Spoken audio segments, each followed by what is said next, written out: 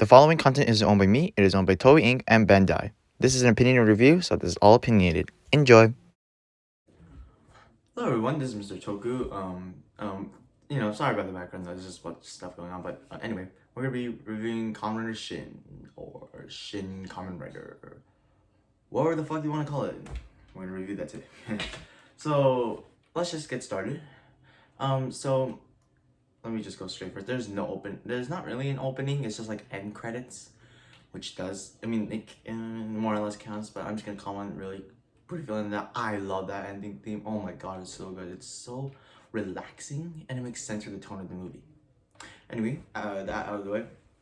So a brief history fact. This is a new segment I'm gonna do on the reviews. This is just gonna be a fun little thing because I like to do these. So, Shin was made in like 1992, and Zero and J were made after. They are called the 90s trilogy, which aren't really, they're counted as Showa really, but even though they're made in the Heisei generations. And yes, I will review Zio and J as my two next Kamen Rider reviews. Stay tuned for that. I will post my schedule on Twitter, so look out for that. Anyway, moving on. As our next history fact. So this movie is more or less not for kids.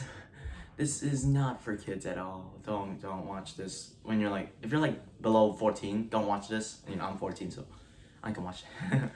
I made my own restrictions, But if you are a little bit under, you should get some supervision because this is kind of a gory movie, and this has one particular scene, which I'll touch upon later on. Let's moving on. Let's talk about the hero of this movie. It's just one hero. Shin, whatever his name is. Kamen Rider Shin, I love his suit. I'm just gonna comment on that first. This suit is really fucking cool. Like his mouth is like or some. Oh god, I love it. I love that it's a monster. It's not like your average it's not like Kugo, Ichigo, or anything like that. It's so different and it stands out to me in a good way, and I love that.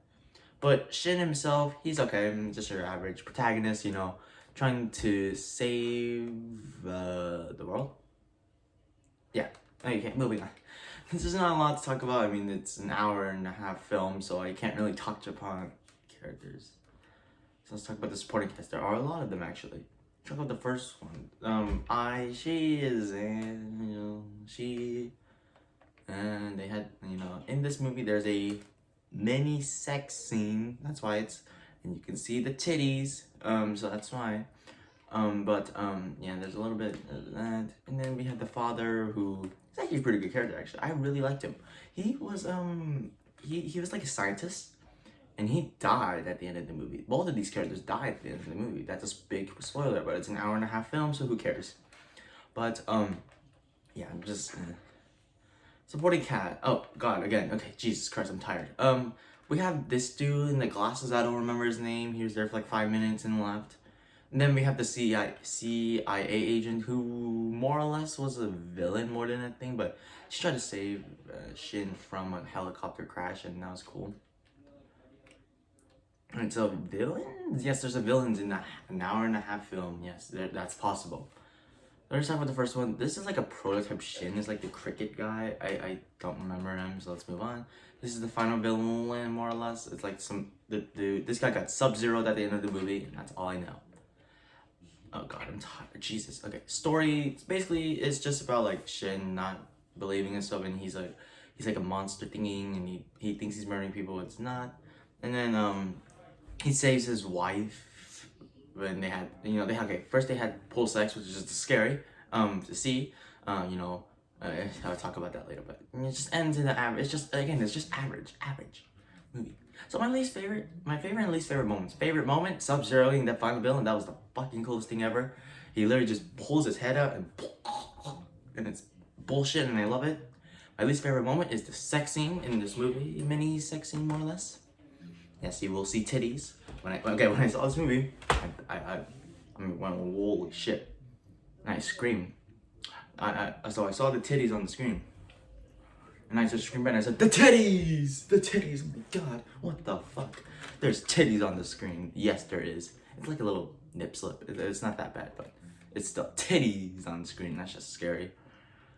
Yeah, that's just not cool to see. Is it rewatchable? It is a movie. Yes, it is rewatchable, but you will get bored. It is a bit of a boring movie. And this review is short because there's not a lot to talk about. It's just a movie, and I think you should go blind in anyway. This is a message I'll give to you. Watch with caution, as there are very violent scenes, like people literally get clawed and like ketchup comes out of them, and then there's vulgar, more or less, moments. Vulgar, you know, the sex scene. I just keep mentioning that because it's such a standout scene in a bad way and in a good way. So. Anyway, rating is a 7.5 out of 10. I think it's an average of the average, and yeah. So yeah, that's it. I'm gonna see you guys next week. Bye bye.